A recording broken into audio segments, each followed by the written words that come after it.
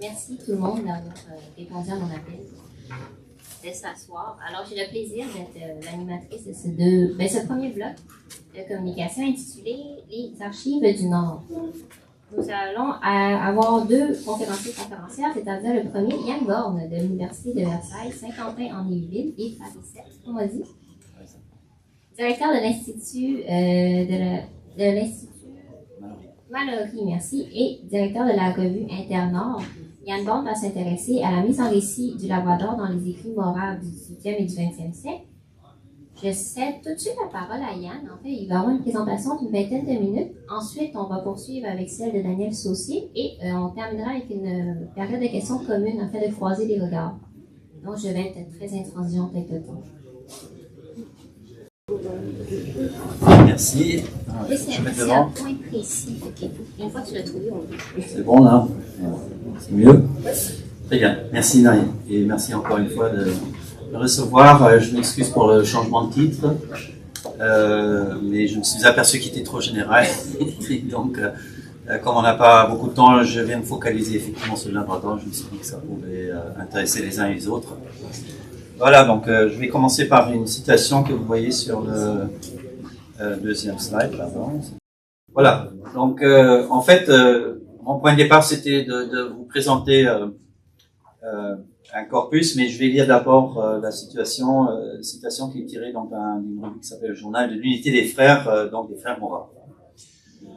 Au point de vue spirituel aussi, le Labrador est une terre aride, écrit la rédaction de ce journal dans son bulletin mensuel des missions moraves en 1926, et de poursuivre dans le premier recueil de cantiques moraves de langue française de 1743, se trouve un cantique de mission dans lequel il est fait allusion aux difficultés que rencontrent nos messagers dans les pays du Nord. Visite dans la grâce de Lapon, l'Islandois, et font les cœurs de glace. Et la rédaction du commentaire est en 1926. Il semble en effet que le climat du Nord ait une influence fâcheuse sur le moral, et que les cœurs eux-mêmes y soient moins sensibles. On s'en rendra compte en parcourant les extraits de lettres que nous publions ici, et l'on taxera à leur juste valeur les quelques progrès que nous signalent nos missionnaires. Voilà donc en entrée, et je vais commenter un peu ce que je vais présenter rapidement par un extrait que j'ai préparé. Donc, dans ma contribution, je proposerai de découvrir et déconstruire des corporats dont certains semblent penser d'avoir fait le tour. Récits d'exploration, écrits missionnaires ou encore les témoignages autochtones imprimés d'autres époques. Oui, mais dans quelle version se demandera cette intervention et avec quel outil critique? Nous prendrons l'exemple du Labrador et des écrits des missionnaires moraves en langue allemande et leur traduction en anglais et surtout en français pour démontrer qu'un corpus peut en cacher un autre. Toutes les variations entre les textes publiés méritent un regard bien plus attentif. En effet, trop souvent, les récits de voyage et récits de vie, qu'il s'agisse de textes d'explorateurs, de missionnaires ou d'autochtones, sont pris pour des documents sans que l'on porte une attention particulière au style et au fonctionnement rhétorique de ces textes, ni à leur traduction et aux différentes éditions qui circulaient, problème pourtant notoire à l'époque moderne quand on pense par exemple au texte de Hans Egede, dans différentes langues, pour ne citer qu'un exemple, Arctique, donc Hans Egede, qu'il a écrit sur le Groenland, comme vous le savez peut-être. Vient ensuite le corpus des écrits missionnaires dont on serait tenté pareillement d'estimer avoir une bonne vue d'ensemble. Pourtant, il reste de très nombreuses archives à éplucher, à rassembler, à publier, à éditer, à commenter et à traduire, pour ne pas parler des sources autochtones imprimées, dont certaines sont certes bien connues, mais auxquelles il convient enfin de faire appel de manière plus systématique quand on souhaite relire les deux premiers types d'écrits, comme l'a fait de manière pionnière, en quelque sorte, Jean Mallory, dans son histoire de la découverte des Inuits du nord-ouest groenlandais, intitulée Ultima Thule. Alors, l'invitation de Mallory à redécouvrir ses sources et de s'engager avec elles sans a priori idéologique, dans la mesure du possible, ou en tout cas en pleine conscience du rôle de notre propre subjectivité, sera notre point de départ pour cette réflexion sur quelques sources dont certaines sont restées inédites, consacrées au Labrador. Il s'agit d'un premier tour d'horizon, vous l'aurez compris, dans la perspective d'étudier plus systématiquement un vaste champ à réinvestir en vue de l'intégration si nécessaire de ce que Daniel Chartier appelle l'apport autochtone d'un point de vue culturel. Voilà, donc quelques exemples pour le temps qui nous reste. Alors j'ai fait donc des recherches dans les archives moraves à Ermut en Allemagne et vous avez toutes sortes de documents qu'on connaît à peine. Par exemple, ici, un rapport de l'année 1773 par un frère morave qui s'appelle Alix, qui est venu au Labrador avec sa femme et qui a été accompagné pendant son tour des différentes stations missionnaires, des stations pour adresser un rapport à l'intention des autorités à Londres, puisque les stations Labrador ont une particularité en ce qui concerne les Moraves, puisqu'ils ont été créés pour convertir les Inuits et pour faire du commerce. Alors que le fondateur des Moraves, a priori, était contre cette idée. Et donc, les stations en Groenland, par exemple, ne faisaient pas de commerce. Donc, c'est un peu différent. Bon, on va pas mis l'extrait, mais c'était pour vous montrer un peu des choses rares. Hein, c'est pas en ligne pour l'instant, en tout cas. Et puis, cette trouvaille, entre guillemets, toujours aux archives des Moraves, à un bout de brève relation de la mission des frères évangéliques parmi les Indiens Esquimaux qui habitent sur la côte de Labrador 1774. Donc ça, c'est j'ai pas vu quelqu'un parler de ça quelque part. C'est un inédit pour ainsi dire, et c'est tout à fait passionnant. Donc vous avez un long rapport. On n'a pas le temps de le présenter. Si on a une version écrite plus tard, je vais évidemment proposer des extraits. Là, on peut quand même montrer un tout petit peu de quoi ça tourne. Donc là, il est question du bateau utilisé par les Moraves pour envoyer des livres aux stations. Donc c'est un bateau qui s'appelle Harmony. Vous avez un modèle là, une maquette. Et voici ce que vous pouvez lire. Bon, il est un peu long, mais on va lire peut-être le deuxième paragraphe. Autant l'extrémité où se trouvaient alors nos frères était dure, autant grande fut leur joie, lorsqu'enfin et contre toute attente, le vaisseau tant désiré arriva le 28 octobre en 1722 dans le port de l'Unité. Voici les termes dans lesquels ils s'expriment dans leurs lettres. Si vous aviez vu les transports de joie où nous mit l'apparition de ce vaisseau, vous n'en perdrez jamais le souvenir qu'en n'ayant plus aucune espérance de rien recevoir, nous étions résignés à vivre et à mourir dans la misère.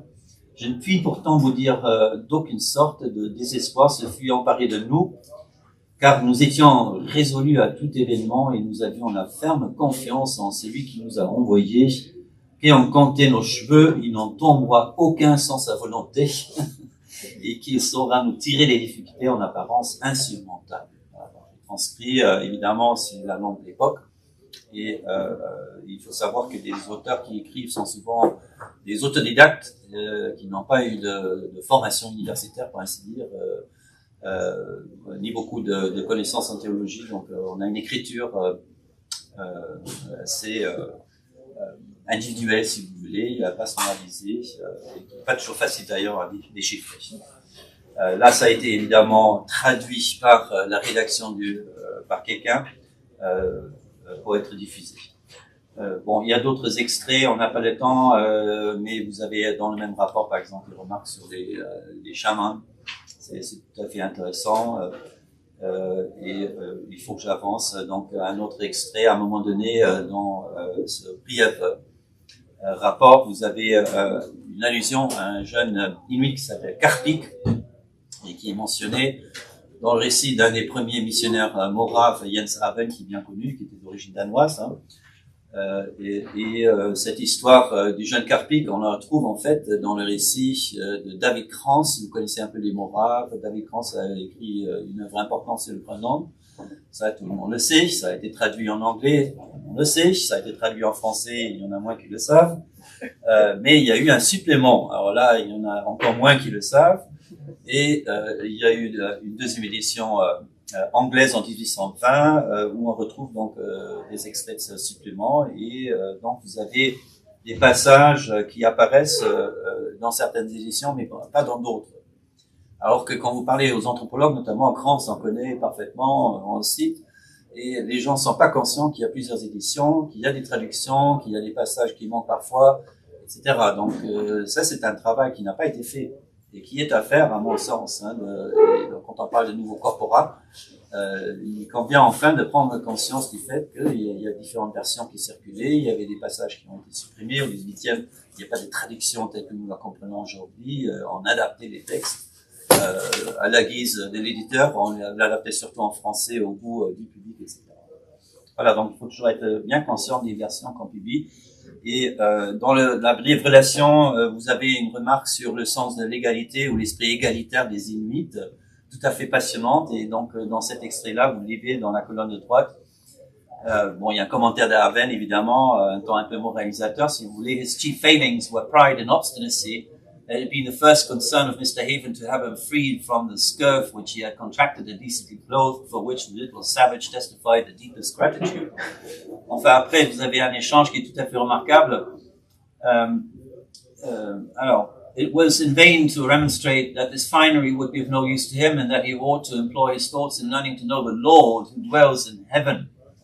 Poor clothes, he replied, ça c'est l'Inuit, will not teach me that. My countrymen who are clad meanly enough die and know nothing of the God in heaven of whom you say so much. The king wears fine clothes, why then should not I? C'est extraordinaire. Et moi, je rattache ça à l'esprit égalitaire, évidemment. L'éditeur à l'époque, Krantz, qui reprend un texte écrit par Jans Haven, ne va pas dire ça.